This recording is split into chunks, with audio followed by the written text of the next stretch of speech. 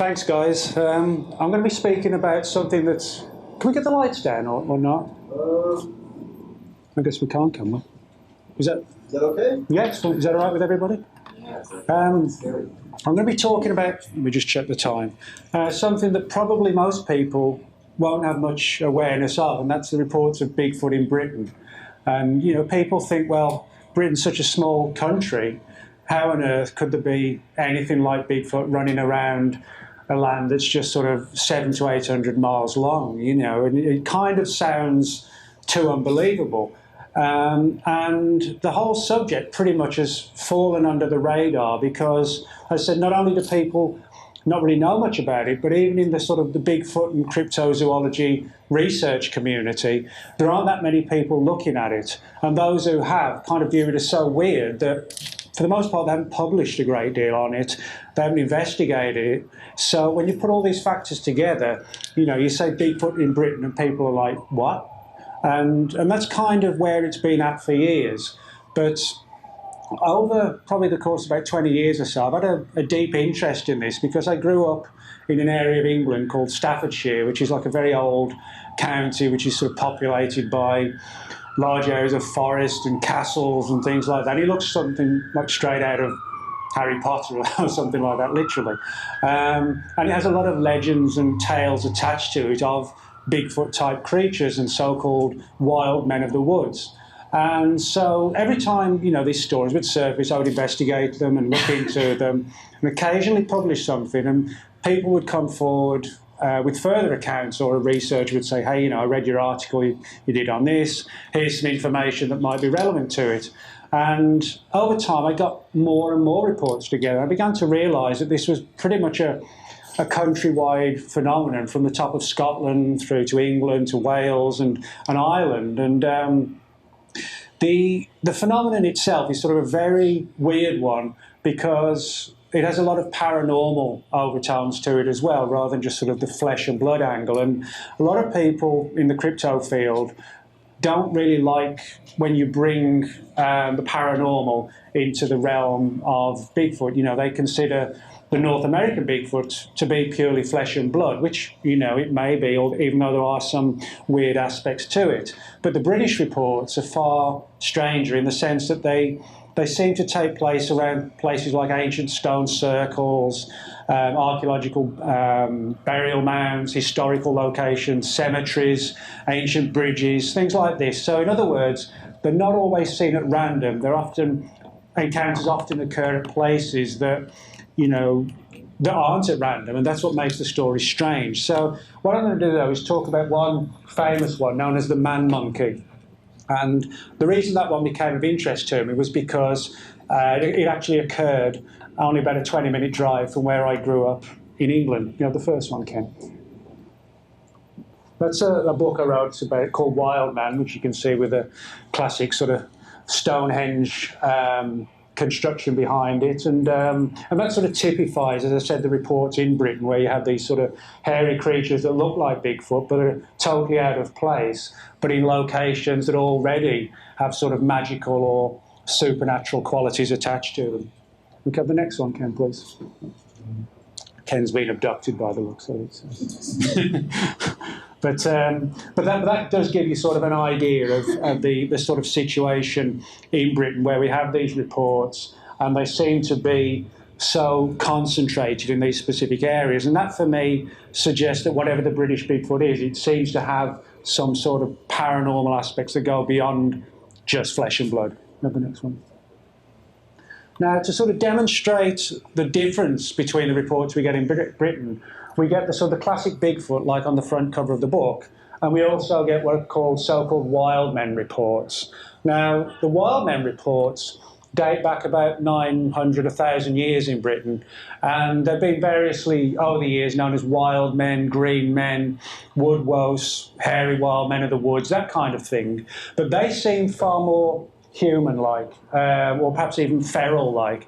There have been reports of people, if you like, going wild and living in the woods. And of course, that does happen. You know, people throughout history are known to have sort of taken on like a wild life in the woods. But that is not going to make you sort of sprout hair and turn you into some sort of animalistic creature. You know, that's just not going to happen. That's fiction.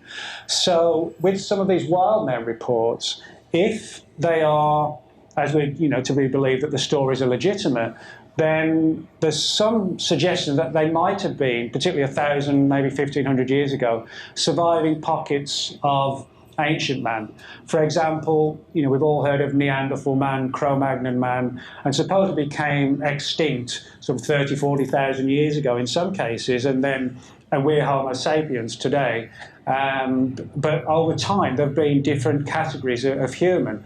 And one of the theories is that maybe some of these categories survived longer than science and biology would have us believe or accept, and that perhaps isolated pockets of them survived until fairly recent times. Now, that would be pretty astonishing in itself if it's true.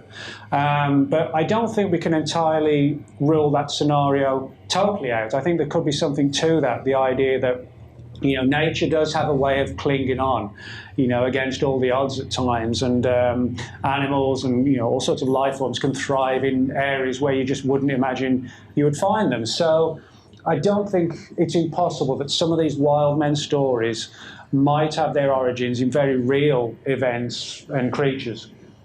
And if we have the next one, please, Ken. And again, that's sort of a classic example of how some of these creatures from the old British stories going back 700, 800 years were described, sort of long hair, beard, sort of dressed in sort of almost like leaves and foliage as a type of clothing, if you like, and often carrying like a club or a stick, something along those lines. Now, to give you sort of a good idea of how these stories have become ingrained into British culture, you often find pubs around Britain that are named the Wild Man. This one is in the city of Norwich, which is on the east coast of England. And the Wild Man is in one of the major streets in England. And that pub actually goes back about 400 years. It's a very old and historic pub. And as you can see, it's got like this wild man surrounded by these two bears, as if to, you know, to imply he was living with the animals in the woods. And that is the situation with this story. The legend is that the man himself was brought to England from mainland Europe after being caught in the woods, and he was sort of like a very savage type creature, and he was sort of brought to England and basically imprisoned for a while, and until he became sort of semi-tame, and supposedly lived in this actual pub for about 15 years with the people who owned it. Now, we can't prove that, but, you know, it's an interesting story. But it does demonstrate that when you even find the term wild man sort of brought into, you know, British culture, even to even the pubs and places like that, you begin to realise that it's one that over the centuries has been taken very, very seriously by the local population. Now, today, you know, most people who go in there probably don't give it too much thought as to, you know, what the name actually means. For example, there are a lot of other pubs in Britain called the Black Dog. And this is just as an aside, there are a lot of legends in the British Isles of so-called ghostly black dogs. And one of these legends actually inspired Sir Arthur Conan Doyle to write the Sherlock Holmes story, The Hound of the Baskervilles. He actually based it on these stories of these so-called devil dogs, as they're known, sort of huge black dogs with blazing red eyes. So that's why we have so many pubs in Britain called the Black Dog, because they're all taken from these legends. And that's the same with the Wild Man pubs as well, that, you know, there's some sort of basis in reality in terms of at least there being like a historic point where these stories began. That's about a 16th or 17th century image. And that kind of picture demonstrates when the change went from sort of totally wild men who sort of living wild, lawless lives in the woods to being the more sort of hair-covered type creature that we associate with Bigfoot today. And so we have some reports which are, as I said, just typical wild men, some are Bigfoot. That one is kind of in between. As you see, the body's completely covered with hair. It's still got the stick that was sort of associated with the wild men. And the face is very much like a human, and then it's got the foliage on its head, but the body looks more like a hairy Bigfoot. And this sort of demonstrates how the stories, the myths, the legends, however you want to term them, became integrated together into one. And today, which has become known as the British Bigfoot. And I think it's fair to say that when people talk about the British Bigfoot, when you look into the reports, sometimes they are more along the lines of a wild man, and sometimes they're more along the lines of a Bigfoot. So in other words, it's like a catch-all term today. Next one. Now that's an area of central England, only about 15 minutes drive from where I grew up, called the Cannock Chase. And the Cannock Chase is a very large area of forest land. And the area itself has been inhabited by people for about 3,000 or 4,000 years. So it's a very ancient area, lots of folklore, mythology attached to it. And a lot of reports of Bigfoot from within the woods of the Cannock Chase. And they're pretty much described along the lines of the American Bigfoot, sort of like a hulking 6 to 8 foot tall creature, usually with sort of bright shining eyes. But again, the big problem is, of course, where are these creatures living? What are they living on? You know, where are their habitats? If you look, for example, in Africa, you know, the mountain gorillas, one of the reasons why the populations are becoming close to extinction is because they live in communal settings. You know, they're very much communal creatures, and unfortunately the poachers know exactly where they are because they have these sprawling areas where they live. The problem with Bigfoot in Britain is we don't see evidence of habitats or juveniles or anything. It's almost like these huge creatures just pop into our reality and then wink out again. And, you know, I'm not entirely sure that isn't what's happening, that there is something more sort of spooky or ghostly about the British Bigfoot than just a flesh and blood animal. The next one. Now that's a cemetery on the Cannock Chase. It's called the German Cemetery because during the Second World War, when you had, for example, German pilots who were flying over Britain to bomb Britain, you know, when we were at war with Germany, obviously sometimes the ground personnel in Britain would shoot the aircraft down. And if the German aircrews and pilots survived, they would be put in prisoner of war camps in the British Isles. And if they happened to die within the British Isles, the government established a cemetery for them where they could all be buried together. And that's the cemetery. It's known as the German Cemetery. But what's weird is that in and around the confines of the cemetery, there are a lot of reports of these Bigfoot-type creatures having been seen on numerous occasions, particularly in the woods that exist behind the cemetery, which go on for something like about 20 miles. It's a very, very large and dense area of forest. So, you know, people ask me, why are these things seen in the vicinity of cemeteries? You know, I don't know, but we do get a lot of sort of paranormal activity around cemeteries. So if there is something weird about the British Bigfoot that goes beyond a flesh and blood creature, maybe that would go some way to explaining why we see them in those locations more than anywhere else. Next one.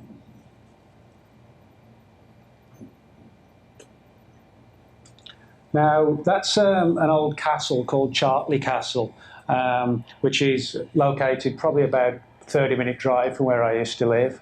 And that's also been associated with a lot of strange activity. Not too far away, similar Bigfoot reports to the ones on the Cannock Chase. So we're definitely seeing a pattern where, on the one hand, it's kind of confusing because on the one hand, you do have these sort of supernatural aspects, but on the other hand, we're seeing these creatures in the areas where you would expect to see them. In other words, heavily forested land, very ancient woods, fields, heathland, moorland, that kind of thing. And so you can look at it both ways. And then certainly all the reports from these areas, you know, they kind of split people in the research community into two camps. Those who think, you know, it's a sort of a real phenomenon, and those who think it's sort of more of a paranormal one. Did I scare them off? Next one, please. Maybe it's the accent, I don't know. Now, the one that I've done most research into is one that's become known as, a creature become known as the man monkey. Now, the man monkey is probably the most famous British Bigfoot type report. But again, it's sort of steeped in strangeness. The story goes back to 1879, January 1879, when a man had just sort of finished helping his boss move a range of furniture from one building to another, and he was towing his horse and cart across a bridge that crosses something called the Shropshire Union Canal, which is a canal that goes from the north of England right down to the south, and a very extensive canal, heavily wooded and forested on all sides. And as the man crossed the bridge, he said that this huge ape-like creature bounded out of the woods and leapt onto the back of the cart and sort of frightened the life out of his horse. And he said he tried to hit it with the horse's whip, and the whip supposedly went through the body as if it was like a spectral creature in some sense. And, you know, it sort of petrified the horse, petrified the man even more, and so he did what most English people would probably do in that circumstance, and he ran to the closest pub to sort of steal his nerves, you know, with a few pints. And he told all the local people that he'd seen this sort of... It actually wasn't described typically like the American Bigfoot in sort of very muscular ape-like creature. It was more like a large chimpanzee, sort of slim but powerful and fast-running. And he told the story, and inevitably it got out at a local level with the people in the area, and then even reached the ears of the police, and they got involved in investigating it as well. Look at the next one, please, Kim. Now, that's the canal itself as it looks today.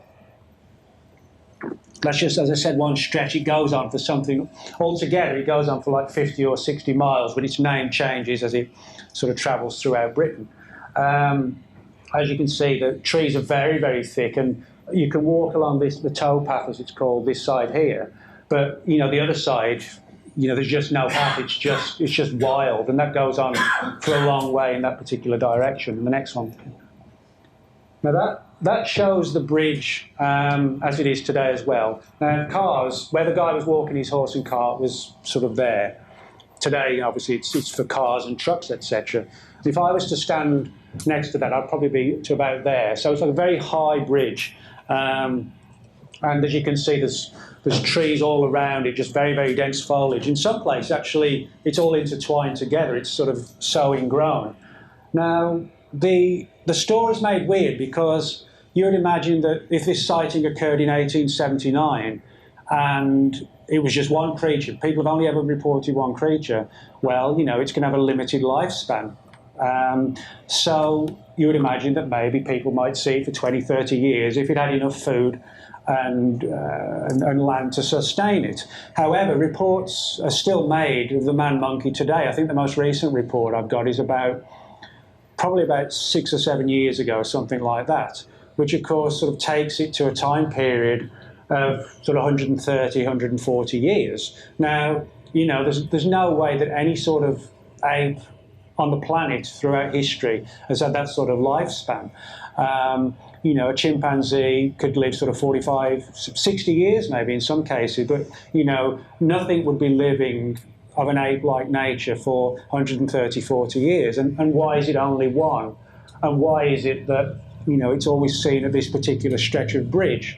Well, again, if we go down kind of the paranormal path, what we find is that you can find legends everywhere of haunted bridges where paranormal activity occurs. You know, I mean, I'm from Britain, but I could ask anybody here, you know, does your little town have a story, you know, the haunted bridge or the, you know, the sort of the cloaked lady who, you know, if you sort of knock on the edge of the bridge, she's supposed to appear, that kind of thing. You can find stories like that all across the world. For some reason, bridges seem to attract strange stories. Now, whether or not that means that, you know, they're just pure myths, or for some reason, you know, is there something strange about bridges that attract paranormal activity? You know, we just don't know.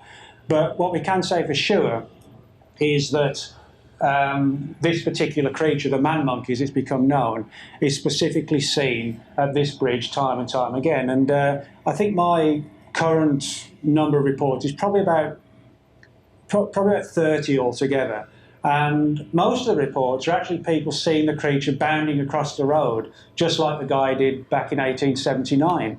And You know, it never does any harm or anything like that. It's almost as if its whole point is just to scare people. And if they just, you know, he's not the sort of thing you expect to see when you're driving home late at night. He's like a large chimpanzee run across the road right in front of you. You know, the biggest thing you'd likely normally to see in Britain is a fox or a rabbit or something along those lines. You know, not a 5 foot tall, savage-looking chimpanzee. And of course, this has given rise to all sorts of theories as to, well, what could the man-monkey be or have been? Have the next one, Ken. Now, one of the theories is that it was a gorilla, a real gorilla. Now, within cryptozoology, the study of unknown animals, numerous stories, very similar, almost identical stories, surface time and time again to try and explain the presence of unknown animals in one particular location. And the most used explanation, as I know Ken will know, is that, oh, well, you know, there was a circus in town and they escaped and the owners didn't want to tell anyone for fear of getting prosecuted, and so they just let the animals run wild. Now, if you type in sort of Bigfoot into Google plus Circus Escape, you'll find numerous stories across the US, never mind the rest of the world. You know, and if I got $1 for every time I heard a story from somebody saying, oh yeah, it was due to a circus escape, you know, I'd be driving a Ferrari or a fleet of them, you know. But, I mean, literally the stories are that prevalent. Now, that's not to say that there might have been 1 or 2 cases where, you know, an animal's escaped from a zoo or a circus and the owners don't want to say anything, and so they keep quiet for fear of prosecution or being closed down. And a colleague of mine, Mike Dash, an English researcher, found a newspaper report that dated 1 month before the man-monkey was seen at the bridge. The first incident occurred in January 1879, and Mike found a newspaper report from December 1878 where, so just like 3 or 4 weeks before, where supposedly a gorilla had escaped from sort of private menagerie that was being driven through the nearby town of Newport. Now, the problem is that when we've gone looking for this particular menagerie, nobody can find the name of it. And people who talked about it at the time said, well, you know, I was told by John Smith and he was told by Bill Jones, and it kind of has that sort of folkloric aspect attached to it. So, you know, it is an intriguing story and it's not impossible. But when we look at the fact that so many similar stories have been surfacing over the years, well, then you have to, you know, wonder, do we give it credence or do we just write it off as a way to try and explain sightings of creatures that shouldn't be seen? So that's one explanation. If we could have the next one, please, Ken.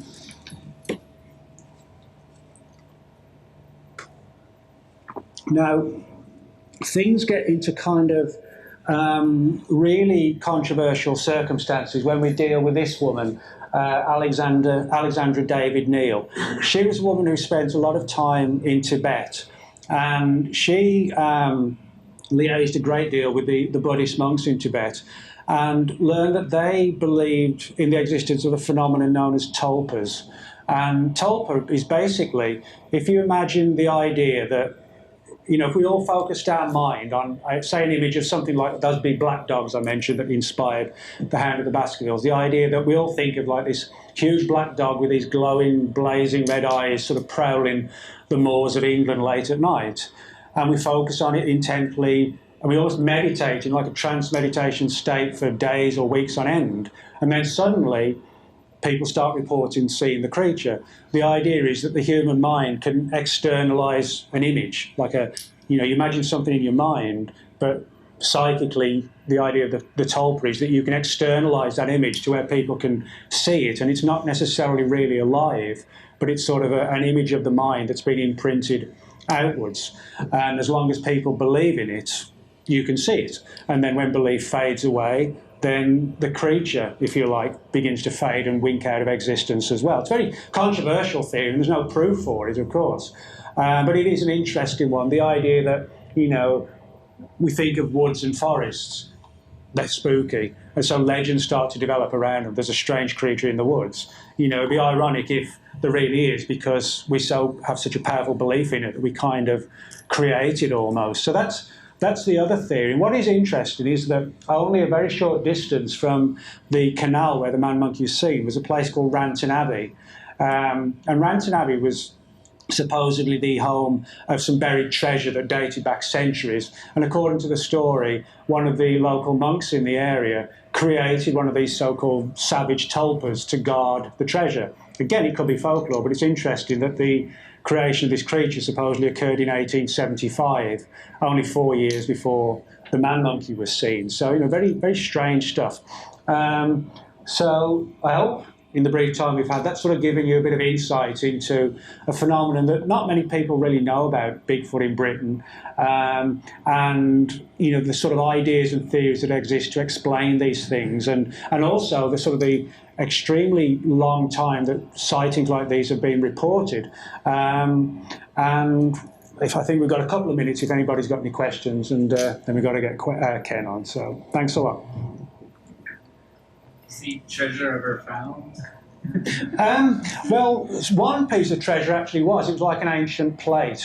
It was sort of buried in the ground, and there were sort of clues given. It was kind of like a real-life Da Vinci Code-like thing, where a group of researchers had gone out to try and find these ancient buried artifacts, and they supposedly found a couple in the area. But, you know, it's sort of, I guess it's part of like a bigger story, you know. It's whether or not we should attach a connection, or, you know, if we're just sort of looking for strands to try and explain the story. You know, that's the problem in a lot of these cases, is that there are strands and ideas and themes, and there's a tendency, sometimes unconsciously, to want to put it together to try and make some sense of it. And sometimes with these stories, nothing makes sense about them at all, other than the fact that people see weird stuff. So, you know, that's why, for me, I try and sort of not leap to conclusions, but share data and theories rather than say it's this or it's that. Because if I'm honest with me and honest with you, which, you know, obviously I want to be, I have to say I don't know what the British Bigfoot is. I know people see it, you know, and they're not crazy people; they're everyday people. And the job of me is, people like me, is to try and solve it, you know. And maybe there's a time with the Abbey story, maybe there isn't. Maybe it's just like a red herring pushing us down the wrong path. But I think it's important we look at all the angles, whether it's a circus escape, a flesh and blood animal, something supernatural, or something totally, you know, that we just haven't even thought of. But all I can do is sort of share the data, you know. So that's kind of where we're at with it. So, and I guess with that we'll get Ken on. I guess you've gone to get a glass of water. So thanks a lot.